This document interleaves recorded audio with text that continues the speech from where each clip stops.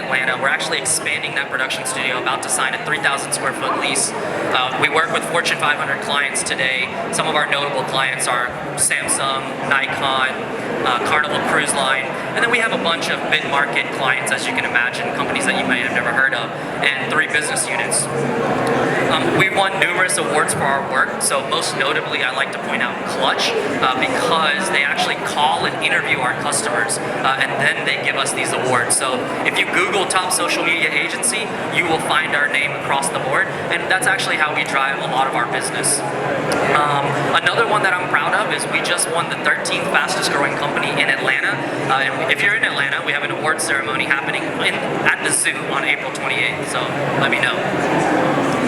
And then we have a bunch of agency partnerships that are required to have a good social media strategy. So we are Meta Marketing Preferred Partners, previously Facebook. We were one of the first 300 global TikTok agency partners. And then here's just a quick snapshot of some of our clients. Cool. So let's get into it. So today I'm going to talk about what is community management, what types of community management are there, what does community management allow. I'll talk about the SPACE model and so the acronym and what that means. We'll talk about how to use community management for feedback. We'll talk about outbound engagement and how to use it. This is a huge one, so we'll spend a little bit of time on that.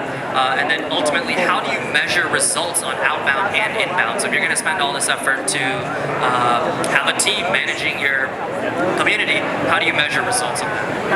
Cool. So number one, what is community management? And I think it's easier to put it in terms of what it is not. So it's answering questions and engaging, but it is not responding to inbound messages. It is not, you need to respond to your inbound messages. And conducting outbound engagement. It is definitely not ignoring the messages. It is not waiting a week to respond to your messages or inbound messages. It is not ignoring negative comments or hiding them. We see a lot of times that brands will take the strategy of, all right, well, he said something negative, let's just hide that comment, or just ignore it. We don't need to address it at all. And it's not neglecting other platforms to focus on one. So we'll see this a lot also. We'll see where a company just focuses all of their efforts on Facebook and Instagram, but there's a lot of conversation happening on TikTok, or there's a lot of conversation happening on Reddit, and then they just completely ignore it. So don't neglect other platforms. So there's really 3 types of community management. One, you have your inbound, so that's pretty straightforward. That's people coming to your page and leaving comments. You have your outbound, so that's where you're jumping into conversations, and we'll talk a little bit more about that and how you can actually do that at scale. And then chatbots. A lot of times people forget this. Facebook, for example, has made it really easy to build and design your own chatbot. There are so many companies. I'm sure that there's a company at this expo that could help you build a chatbot. But if you have a business and you don't have a chatbot set up, I highly recommend it, because people are searching and researching 24/7, and if you're only operating 8 to 5 and you don't have anyone that's available to answer their questions right away, you could potentially lose a lead. So 3 types of community management: inbound, outbound, and then chatbots. Cool. So what does community management allow? So number one, it allows you to obtain feedback from your customers, right?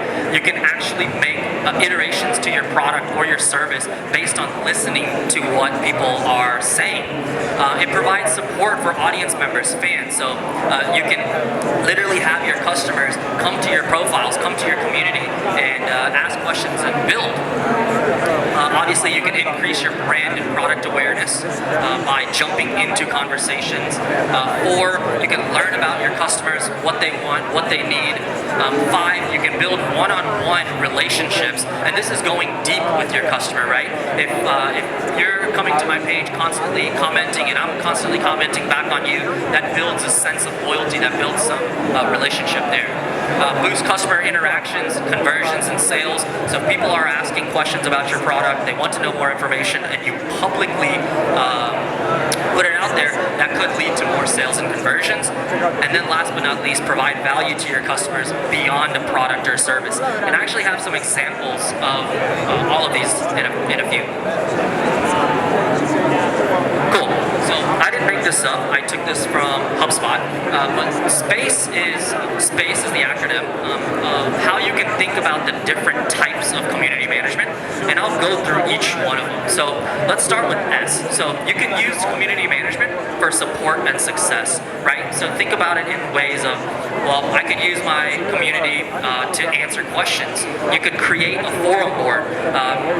We've seen B2C companies and B2B companies create forums. You can have an FAQ that a chatbot can answer. You can build a community website and much more. So you can use community management in terms of support. Next is product ideation and feedback and innovation, right? So you can quite literally ask your community for feedback before you ever move into development.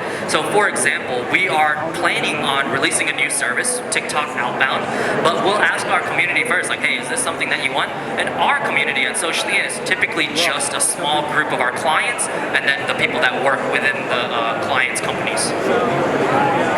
You can monitor secondary platforms, right? So like Reddit, you might not actively be on Reddit, but you can monitor those platforms to get product ideation, feedback, etc.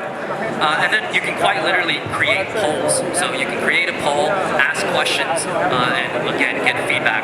A really good example, Elon Musk does this all the time for Tesla and very recently Twitter. So for Tesla, here's a good example. I think someone back in 2017 tweeted at him and said, the cars, the steering wheel doesn't move up and down and it's hard to get out of the car. And he responded and said, good point, we will add that to all the cars in the upcoming software release, right? So that's quite literally listening to what people are saying and then turning around and using it in product development.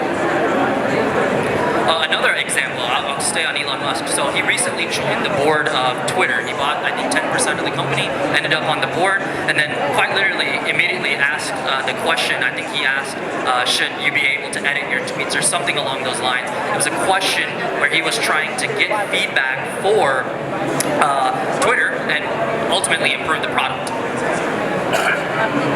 Here's another example. So before the pandemic, we hosted the largest social media conference in the South.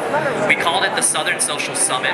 We had the first year, we had 350 people attend. And then we were going for year 2. And we used our Facebook group. So all of the people that attended and the people who also didn't attend, we went to our group and we literally said, hey, what topics do you guys want to see next year? Who do you want to see? Who can we invest money in? Which speaker can we bring into the conference? And quite literally, we got tons of answers and we used those answers to formulate what the year 2 of S3 looked like. And year 2, we had a completely packed house. We had 500 people attend out in Birmingham, Alabama. And then the pandemic hit. So it's paused, but we will be starting it back up more than likely next year.